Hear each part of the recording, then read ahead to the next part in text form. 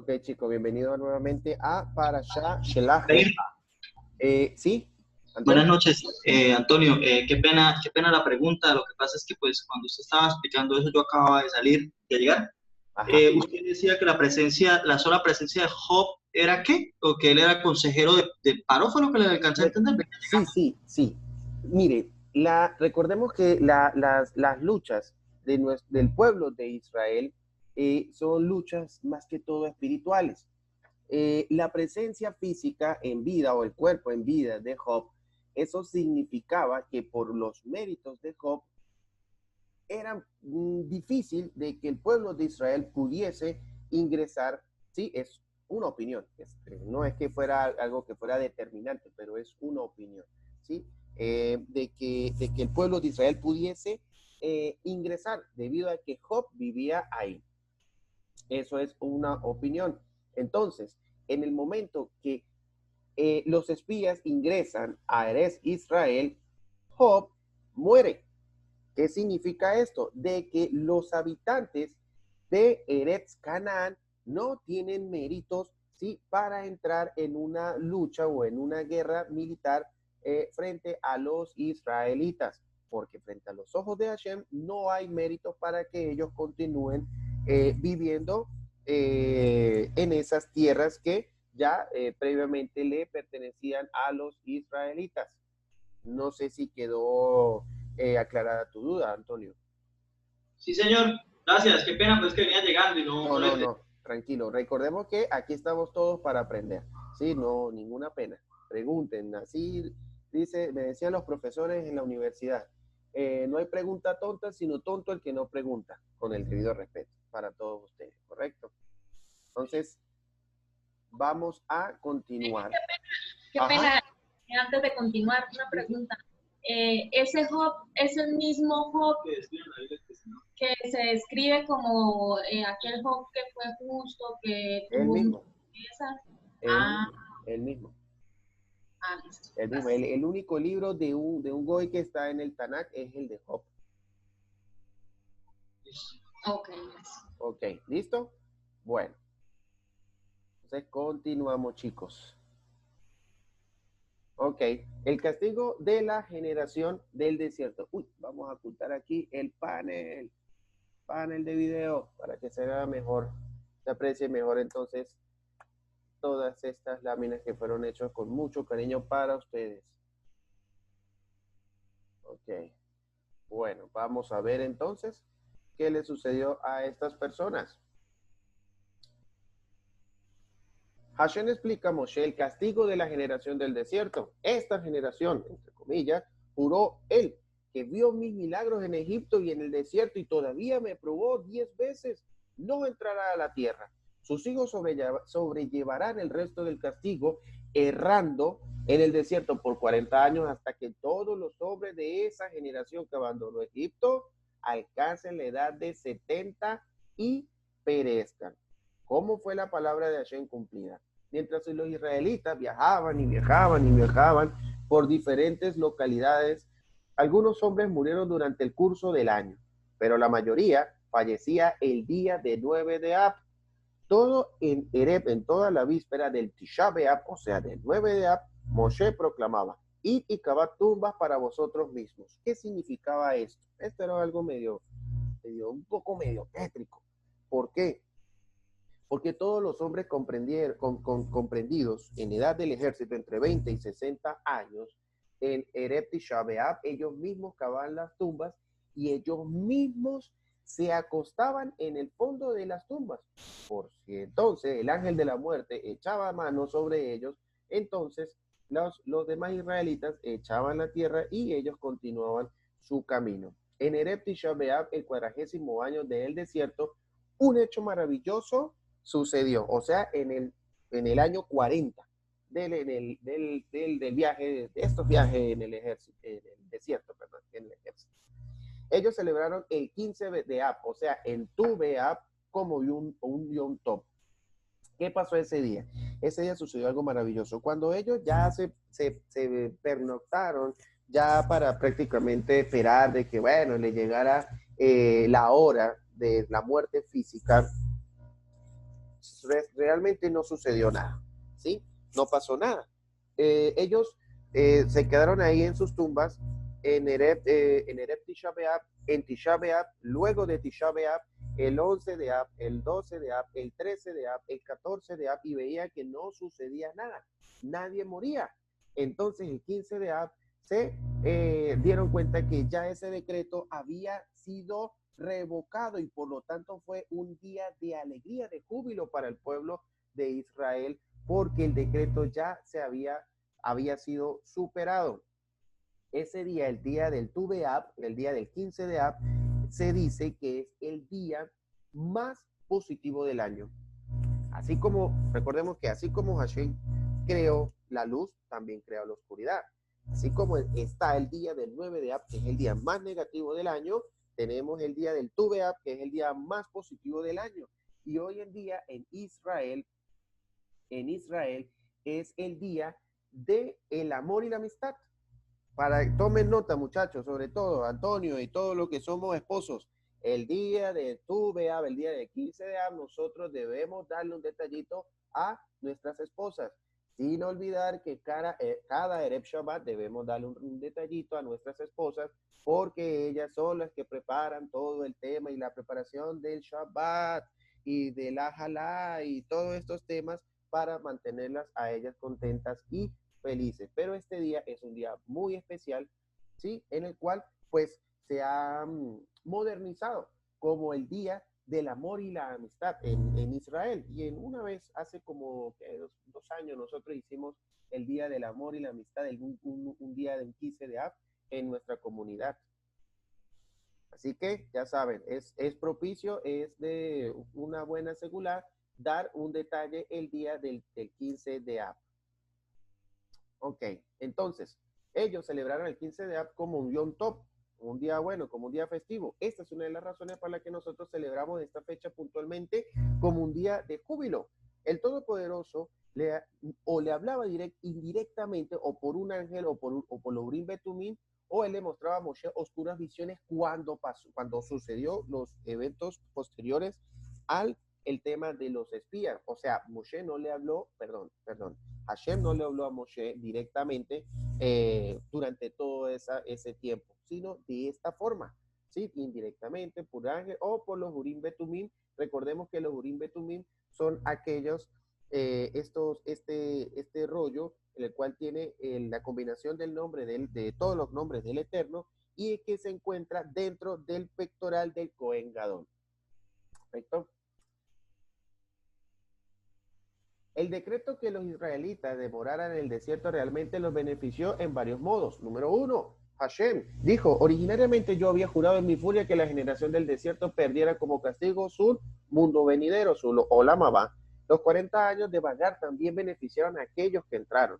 Cuando los cananitas oyeron que los israelitas iban en camino a sus tierras, hicieron caer sus árboles y quemaron sus casas para que los que entraran encontraran un país completamente devastado.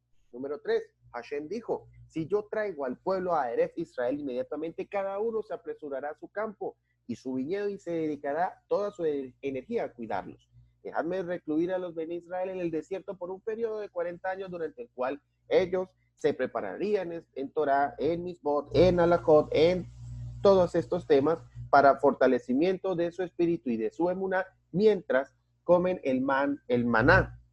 Entonces entrarán en Erez Israel purificados. El decreto de muerte no incluyó a los siguientes grupos: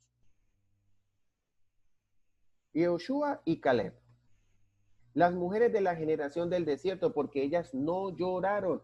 Recordemos que los hombres de aquella época lloraron sin fundamento, y esto causó la furia de Hashem, excepto las mujeres, nuestras madres, ¿sí? De aquella generación no lloraron, como siempre las mujeres del pueblo de Israel, dando la cara y dando la talla en estos eventos fuertes, ¿sí? De mucho manejo emocional, físico y mental.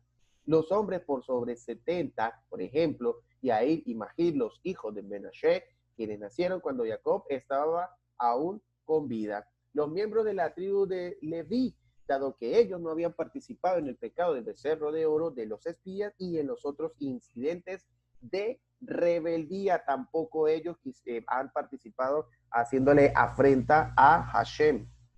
Los espías son castigados y Josué y Caleb les es prometido una grata recompensa. 10 espías que habían calumniado la tierra murieron inmediatamente. A ellos no les fue concedida la oportunidad de hacer Teshuvá porque habían incitado al pueblo entero a pecar, ¿sí? Y no solamente que ellos los incitaron a pecar, sino que también censuraron al pueblo, a nuestra generación del desierto, a nuestros antepasados, de cumplir misbot que solamente se cumplían en Eretz Israel. O sea, el pecado fue tan grande, ¿sí? El pecado fue de un tamaño tan mayor que no solamente no permitieron por medio de sus palabras tan cargadas de maldad, sino que también censuraron de que los israelitas cumplieran misbot que solamente se cumplen es en Eretz Israel. Por ejemplo, hoy en día, ¿sí? Cuando he tenido la oportunidad, Baruch Hashem, de dar las clases a los nuevos de leyes noágidas. Un noágida puede ofrecer un animal kasher en cualquier punto del mundo, en cualquier punto geográfico del mundo. Un noágida, si así lo desea, puede ofrecer un animal en holocausto como corbán. El judío no. Nosotros debemos solamente y exclusivamente cuando tengamos el tercer templo, ¿sí? Reconstruido, el Beit HaMikdash, el tercer Beit HaMikdash, solamente y exclusivamente debemos ofrecer nuestros korbanot allá en Eretz Israel, en Al-Amoria, por sobre la planicie donde se encontrará el Beit HaMikdash, ¿sí? Por lo tanto, un judío se le tiene prohibido realizar cualquier tipo de corbán o ofrecer korbanot si no es en ese punto geográfico, ¿sí? Por lo tanto, así haga redundancia, nosotros aún tenemos misbot que están en stand-by, por darle un nombre, ¿sí? Debido a que no tenemos templo, ¿correcto? Los espías experimentaron una muerte excepcionalmente terrible y por tanto a los espías se les excluyó del mundo venidero. Y Josué y Caleb, quienes no se habían unido a estos malvados, fueron ampliamente recompensados. A Ribole fueron asignadas las porciones de los espías de Eretz Israel. O sea, cuando ellos llegaron a la tierra de Israel, se les dio tierra a Caleb y a Josué, ¿sí? De acuerdo a sus tribus. A Josué le fueron adjudicadas las porciones del mundo por venir que habían sido reservadas a los 10 espías. ¿Por qué Hashem recompensó a Josué más que a Caleb? Porque Josué tenía por herencia, o sea, por una mala cualidad generacional, no porque fuera él propiamente, sino porque recordemos que Josué era descendiente de Joseph Azadik. Y por el tema de Joseph Azadik, del tema de la Shon Arai, que Josué se rehusó y superó esta mala cualidad generacional, fue que Josué fue recompensado de manera grata por Hashem, ¿correcto? Así pues que cuando nosotros superamos nuestras malas inclinaciones y aquello que a nosotros nos cuesta más, esa debilidad que nosotros nos atormenta y nos hace ver débiles frente a otras personas, y nosotros nos logramos reponer, nosotros del cielo recibimos grandes recompensas, ¿sí? No solamente esas personas que han sido grandes adictos, sino nosotros también, porque cada uno de nosotros tenemos esos eventos de los espías, ¿sí? De que nosotros tenemos que estar convencidos de que el camino es la Torah, el camino es Hashem y el cumplimiento de Misbot. El día de la muerte de los espías, el 7 del mes de Elul, el mes de la Teshuvah, ¿sí? El mes de la misericordia, de acuerdo a algunas opiniones, el 17, es observado anualmente por los tzadikim como un día de ayuno voluntario. Es un día triste porque nosotros asumimos que los espías, cuando el castigo los afligió, hicieron Teshuvah, pero ella no fue aceptada por el cielo. Algo muy triste. Algo también parecido vamos a observar en el momento de la Parashá Korah. ¿Qué fue lo que pasó con esas personas que nuevamente se levantaron en rebeldía contra Moshe Aarón y los 70 ancianos del Sanedrín? Algo muy parecido. Amapilim, aquellos que insistieron en entrar en Eretz Israel sin permiso. ¿Qué pasa? Las personas no pueden, mensaje personal. Las personas no pueden ir creando mitzvot de acuerdo a lo que la persona crea que es conveniente. Para eso, nosotros tenemos nuestros sabios, tenemos nuestra Torah y tenemos las leyes escritas y la ley oral también de igual manera. Uno no puede labrar camino por propia cuenta. ¿Por qué? Vamos a explicarlo de la siguiente forma mediante esta parashá. A la mañana siguiente, un grupo de personas proclama: demostremos nuestro remordimiento por haber dicho, retornemos a Egipto. Ahora nosotros viajaremos a Eretz Israel inmediatamente. Moshe les advirtió de no ir a la tierra, sin embargo, estas personas no hicieron caso. La precisa mañana ascendieron la montaña que conduce a Eretz Israel. Los amalequitas y los cananitas, quienes vivían allí, los atacaron. Los asestaron un golpe uno tras otro hasta que los exterminaron. La Torah registra: ellos viajaron por fuerza a la cima de la montaña. Este grupo de disidentes conocidos como los Maafilim, lo que significa, número uno, descaradamente insistente. Si le dicen que no, no insista. ¿Por qué? Porque ellos insistieron en hacer su propio camino. Aquellos quienes causaron oscuridad. ¿Qué significa esto? Antes de santificar el nombre del Todopoderoso, lo profanaron. Cuando fueron golpeados por los enemigos a las naciones ignorantes de que Hashem estaba castigando a estos judíos, creyeron que él era impotente contra el enemigo. De allí que los Maafilim causaron una profanación del nombre de Hashem, el cual se denomina un Hilul Hashem. Nesajín, un Mijan Nesajín, las leyes de las ofrendas de vino a verter que acompañan a todo sacrificio de Olá y Shelamim. Después del incidente de los espías, el castigo infligido sobre la generación de depresión y duelo el estado de depresión y duelo prevaleció. Moshe luego enseñar a los israelitas de los sacrificios Olá, Shelamim, Hatat, ya bien conocido por ustedes, ofrecidos por individuos, y el sacrificio Shelamim, que es el de paz, traído con Shektei Alejen, que son dos hogazas, la festividad de Shavuot deben estar acompañados ambos por un Mijan Nesajín, una ofrenda de harina, y un Nesek, que es de libación. La Halá, la ley de separar una porción de la masa. Durante la estadía en el desierto, los israelitas no apartaron una porción de su masa. Ellos se veían obligados en esta misma solo después de entrar a Eretz Israel.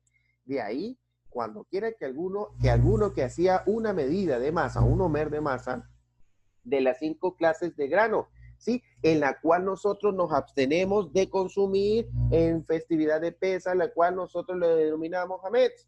Era obligado a separar una parte de la masa llamada Halá. La Halá era santa y era entregada al Cohen en aquella época. Hoy nuestra Halá tiene que ser quemada. Esto tiene una explicación también un tanto profunda. No quiero ahorita meterme en otro plano, sí, porque no es nuestra parasha, no es nuestra clase, pero tiene una profunda explicación acerca de por qué esa Halá se quema.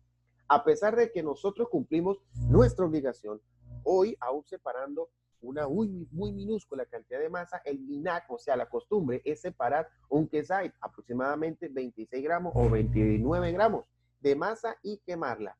Alguien que se ha preparado la apropiada cantidad de masa y separa la Halá y recita la verajá, Baruata Hashem, Asher, Kideshano me mismo también, Sivano le afrish Halá, que dice esto en nuestro lenguaje castellano: bendito eres tú, Hashem, nuestro Dios, Rey del universo, quien nos ordenó separar la Halá. Si uno olvidó sacar la Halá de la masa cruda, debe tomarlo directamente del pan. A pesar de que cualquiera en la casa puede separar la Halá, esta misma fue específicamente ordenada a la mujer, a la esposa, y con eso ella va enmendando el tikkun de la primera mujer, que fue Jabá. Ser cuidadoso de no estar entre los que menosprecian las palabras de Hashem. La Torah dice de un adorador de ídolos que él ha menospreciado la palabra de Hashem. Si un judío comete estos pecados deliberadamente, es severamente castigado, y por consiguiente vale la pena tomar precauciones especiales para no verse incluido en esta categoría. Hasbe Shalom, Dios nos libre. Los siguientes son ejemplos de aquellos que menosprecian las palabras de Hashem. Número 1, quien recita el Shema u otras palabras de Torah en un lugar que no está limpio. Ojo con eso, muchachos. Pendiente. De hecho, el estudio de Torah tiene que ser en un lugar donde no hayan malos olores, ¿sí? El lugar puede estar aparentemente limpio, pero no debe haber malos olores. Por favor, cuidado con eso. Un maestro de Torah que deliberadamente malinterpreta una alajá, enseñándola no conforme a su verdadero significado. Una persona que descaradamente y arrogantemente transgrede un mandamiento de la Torá. Quien es capaz de estudiar Torá y se ocupa en lugar de ello con materias ociosas. Él ignora la importancia vital de la Torá. Recordemos que la Torá es vida, la Torá es lo que nos mantiene a nosotros como pueblo. El antisemitismo en el mundo se levanta es cuando nosotros los judíos dejamos de observar el estudio de Torá. Punto. No hay que echarle la culpa a los demás pueblos. La responsabilidad es de nosotros. Cada miércoles, yo sé que es difícil escuchar a Meir hablar de Torá y todo eso, porque mi voz puede ser arrulladora, puede ser recalcitrante, pero uno lo hace con todo el cariño y con todo el amor del mundo, porque esto es el legado que nos han dejado nuestros antepasados y nosotros tenemos la obligación de continuarlo, ¿correcto? Quien alega que aún un pasuk o una enseñanza de la Torá no es divina, tan siquiera una persona que niega una letra Yud, que es la letra más chiquitica del Aleph Bet, que la niega dentro de la Torá, es como si negara la Torá misma, ¿correcto? Alguien que desprecia a los Talmidei Jajamim, comentando, ¿qué beneficio derivamos nosotros de estas personas que se sientan a estudiar Torá? Ojo con eso, no podemos despreciar a nuestros eruditos de Torá. Siempre debemos nosotros tratarlos con respeto, con un profundo respeto, porque ellos hacen lo que muchos de nosotros no somos capaces de hacer por una u otra razón. ¿Correcto? Alguien que insulta a un Talmid Jajam o insulta a algún otro en presencia de un Talmid Jajam. Lamekodesh, el profanador del Shabbat. ¿Qué sucedió con este muchacho?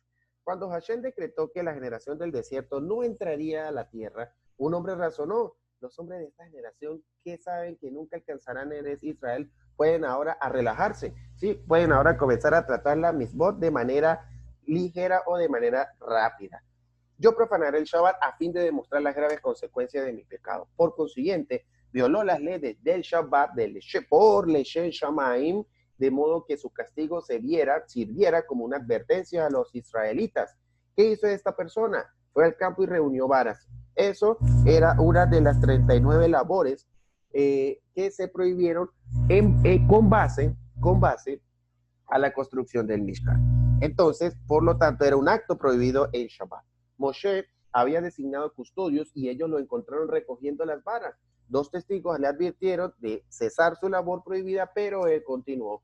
En Mosae Shabbat, o sea, en la noche, cuando ya después que termina Shabbat, el profanador fue llevado ante Moshe para juzgarlo. Moshe ordena que fuera encarcelado hasta que Hashem le revelara qué se iba a hacer con este muchacho. La misma de fijar los tzitzit a vestimenta de 4 esquinas. El Todopoderoso nos obsequió una misbah que tiene el propósito de recordarnos todas sus otras misbot. Esta es la misbah del tzitzit. ¿Cuál es el significado de esta palabra tzitzit?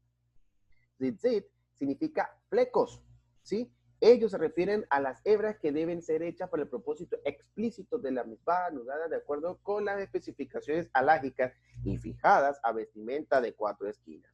Cada detalle de la misbah es diseñado para a nosotros recordarnos que somos sirvientes de Hashem y que estamos obligados a cumplir sus misbot, sus preceptos, sus mandamientos. Los tzitzit son fijados en una esquina en cada una de las 4 direcciones para recordarnos de nuestra obligación que donde quiera, ¿sí?, que nosotros vayamos debemos hacer cumplimiento de misbot. Más aún, los tzitzit representan 2 testigos enfrente de una persona y 2 testigos atrás de esa persona que le advierten de tener cuidado de pecar. El valor numérico de la palabra tzitzit es 600. Si nosotros agregamos a este número sus 8 hebras y 5 nudos en cada esquina, llegamos a 613, un recordatorio de las siguientes misbot, más 7 mandamientos que el pueblo de Israel tiene añadido, llegaríamos a un total de 620 mandamientos. Las 8 hebras, una debe ser de lana y teñida azul de tejelet. Esto es un animalito con el cual se pintaba una de los hilos, con tintura conseguida de la sangre de la criatura del margilazón.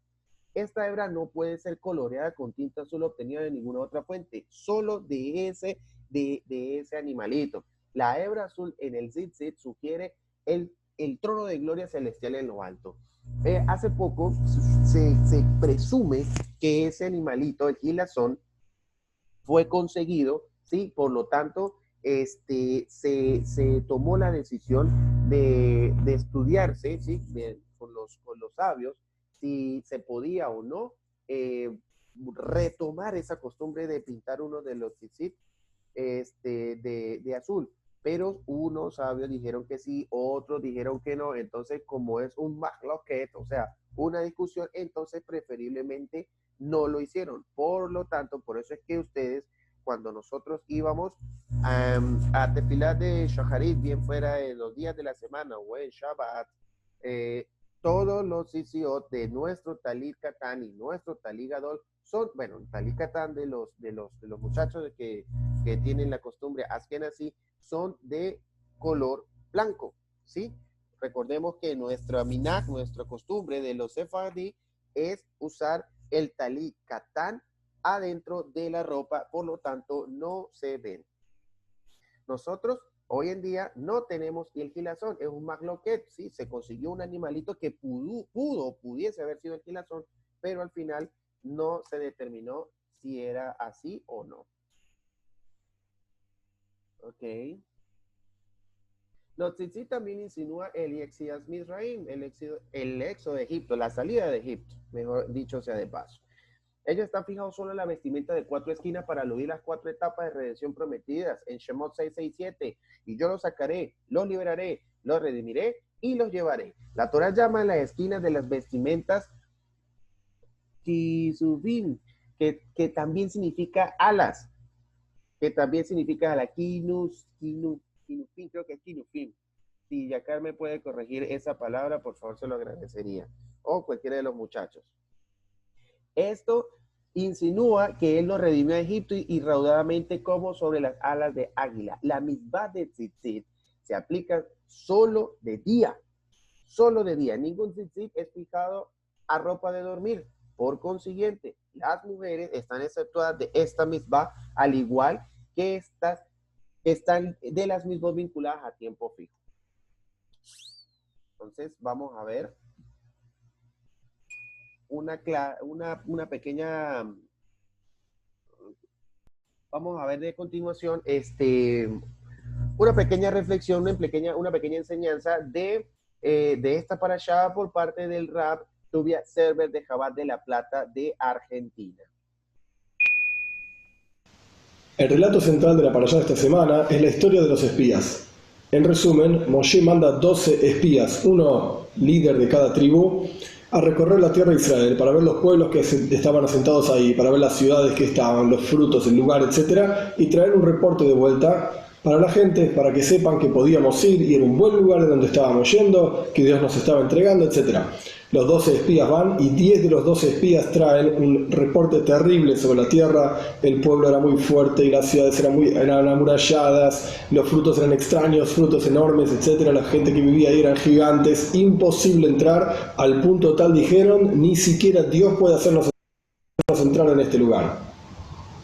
El resultado fue, la gente escuchó a estos 10 espías, otros 2, Yoshua y Caleb, decían que sí se podía entrar, etc., pero la gente escuchó a los 10 que decían que era imposible y quisieron volver a Egipto y estaban muy mal, etc. El resultado fue 38 años más de pasear, por así decir, por el desierto, dar vueltas por el desierto, de manera tal que se muera la generación que no quiso entrar claramente en la tierra de Israel, como aparece en la parashá de esta semana. Recién sus hijos son los que entraron en la tierra de Israel. Ahora bien, tenemos que entender cuál fue el problema con los espías. Si ellos vieron los grandes milagros que Dios hacía para el pueblo judío en Egipto, en la apertura del mar, en el desierto propiamente dicho, caía maná del cielo, había agua del pozo de Miriam y las nubes de gloria que rodeaban y protegían al pueblo judío, ellos veían los milagros de Dios. Entonces, ¿por qué tenían dudas de si Dios iba a poder hacer milagros para entrar en la tierra de Israel y conquistarla o no? ¿Cuál era el problema de los espías? Y quisieron volver a Egipto y estaban muy mal, etc. El resultado fue 38 años más de pasear, por así decir, por el desierto, dar vueltas por el desierto, de manera tal que se muera la generación que no quiso entrar claramente en la tierra de Israel, como aparece en la parashá de esta semana. Recién sus hijos son los que entraron en la tierra de Israel. Ahora bien, tenemos que entender cuál fue el problema con los espías. Si ellos vieron los grandes milagros que Dios hacía para el pueblo judío en Egipto, en la apertura del mar, en el desierto propiamente dicho, caía maná del cielo, había agua del pozo de Miriam y las nubes de gloria que rodeaban y protegían al pueblo judío, ellos veían los milagros de Dios. Entonces, ¿por qué tenían dudas de si Dios iba a poder hacer milagros para entrar en la tierra de Israel y conquistarla o no? ¿Cuál era el problema de los espías? Una de las explicaciones, una de las formas de entender esto es la siguiente. Los espías, ellos decían, si uno está en el desierto y vivimos totalmente metidos en el mundo de Torah y Mitzvot, en un mundo de Kedusha, de santidad, entonces Dios hace milagros. Con seguridad, Dios tiene man que cae del cielo, y Dios tiene el agua de Miriam, Dios tiene las nubes, y nos sacó de Egipto, y así, etcétera, sucesivamente diferentes milagros que Dios constantemente hacía por el pueblo judío, como la Torah misma cuenta. Las ropas crecían con ellos, no necesitaban absolutamente nada en el desierto. Estaban libres para estudiar Torah y cumplir mitzvot constantemente. Vivían en un ambiente de santidad. Pero si uno iba a entrar en la tierra de Israel, en donde sabían que iban a tener que trabajar la tierra, iban a tener que arar, y sembrar, y regar, y cosechar, etcétera, etcétera, ocuparse con asuntos mundanos, entonces la cuestión de milagros de Dios se iba a acabar. Y si la cuestión de milagros de Dios se iba a acabar, a pesar de que Dios es impresionantemente grande y poderoso, etcétera, pero ni Dios, que él determinó que el comportamiento en la tierra de Israel tenía que ser en forma natural, Dios no iba a hacer milagros en la tierra de Israel. Y por lo tanto ellos no querían entrar. Y ellos convencieron a toda la gente para que no entre. Conocemos el resultado, sabemos lo que pasó. Ahora, ¿qué puede enseñarnos a nosotros esta historia? En la vida de cada yehudí, en el día a día de cada yehudí, hay dos momentos generales. El momento número uno es cuando el yehudí está involucrado en cosas de santidad. Cuando el yehudí está rezando, después del rezo va y estudia Torah. En ese momento, en esa situación, es claro para todo yehudí que hay un vínculo con Dios, que hay una conexión con Dios, que uno está involucrado y ocupado con asuntos divinos, y por lo tanto es consciente de la presencia de Dios. Pero hay otro momento en el día, cuando terminó el rezo, cuando terminó el estudio de Torah, etcétera, donde la persona va a trabajar y se involucra con el mundo que tiene a su alrededor, tiene que salir a la calle, tiene que ver cosas que mejor no mirar para otro lado, tiene que escuchar cosas que mejor no escuchar, y tiene que estar metido en el día a día para ganarse el sustento, etcétera. Ahí, ¿cómo voy a ser consciente de Dios? ¿Qué tiene que ver mi vida con Dios? Absolutamente nada. Acá es una jungla, acá es una selva, y hay que hacer lo mejor que uno puede. Dios no tiene nada que ver conmigo. Esta es la idea de los meraglim, esta es la idea de los espías. Cuando estaban en el desierto, entonces sí, Dios hace milagros por nosotros, somos conscientes de su presencia. Cuando estamos en la tierra de Israel, no. Esto es lo que ellos decían. Tenemos que saber que en todas las situaciones que un yehudí pasa, tanto cuando está rezando y por lo tanto es consciente de Dios, porque si no, ¿ante quién está rezando?, como cuando está trabajando y aparentemente no es consciente de Dios, tenemos que saber que tenemos que, por así decir, proyectar la presencia de Dios en cada una de las cosas que hacemos, sean cosas directamente involucradas con Kedusha, con divinidad, con santidad o no. Y esto es lo que en la práctica hace que se cumpla la misión de cada yehudí y la razón por la cual todo el universo fue creado, de hacer de este mundo una casa para Dios, en donde Él esté revelado en cada una de las esquinas y cada una de las cuestiones de todo el universo. Ok. Vamos A ver, qué pena. Ajá. Es que está acá con Yehudá. Usted dijo algo, una palabra en hebreo. Porfa. En la diapositiva anterior. Vamos a ver. Iba a hablar, pero es que... Por fin, creo que A es. ver, ¿dónde? Aquí, tercera línea. Alas. Vestimentas. Canapain. Listo. Esto, y en singular es canaf. Naf. Ok. Canaf. Listo. Listo. Ok, muchachos. Entonces, vamos a leer una perlita de sabiduría por el Rab Hanania Pinto. Hashem me dé. Ok. Dice así: la gravedad del pecado de la Shonará y el odio gratuito. Abro comillas: y sus hijos vagarán en el desierto 40 años y portarán la degradación de ustedes hasta que se acaben sus cadáveres en el desierto. Cierro comillas, Bamidbar 14:33. Los comentaristas dicen que los espías fueron a investigar la tierra con la intención de hablar mal de ella. Tal como dice Rashi respecto a las palabras, fueron y volvieron. Que tal como llegaron con malas intenciones, también habían partido con malas intenciones, buscando encontrar defectos en la tierra prometida. Los espías estuvieron durante 40 días en la tierra de Israel y como castigo, medida por medida, midá keneged midá, el pueblo de Israel fue castigado a permanecer durante 40 años en el desierto. Está escrito que por cada día que los espías permanecieron en la tierra con la intención de hablar mal de ella, el pueblo de Israel fue castigado permaneciendo un año en el desierto. Ibid 14:34. Como los espías estuvieron en la tierra durante 40 días, el pueblo fue castigado a medida por medida de permanecer 40 años en el desierto. Un año en el desierto por cada día que los espías estuvieron en la tierra. Dios también le dijo al pueblo de Israel, ustedes lloraron sin razón y aceptaron el lashon hará que los espías dijeron sobre la tierra de Israel. En consecuencia, este día en el cual lloraron en vano se convertirá en un día de llanto para las generaciones. ¿Qué dice Hashem? Ustedes están llorando sin fundamento, ahora lloren con fundamento. Y efectivamente vemos que tanto el primero como el segundo templo fueron destruidos el día del 9 de Ab, el día en el cual regresaron los espías y provocaron que el pueblo llorara.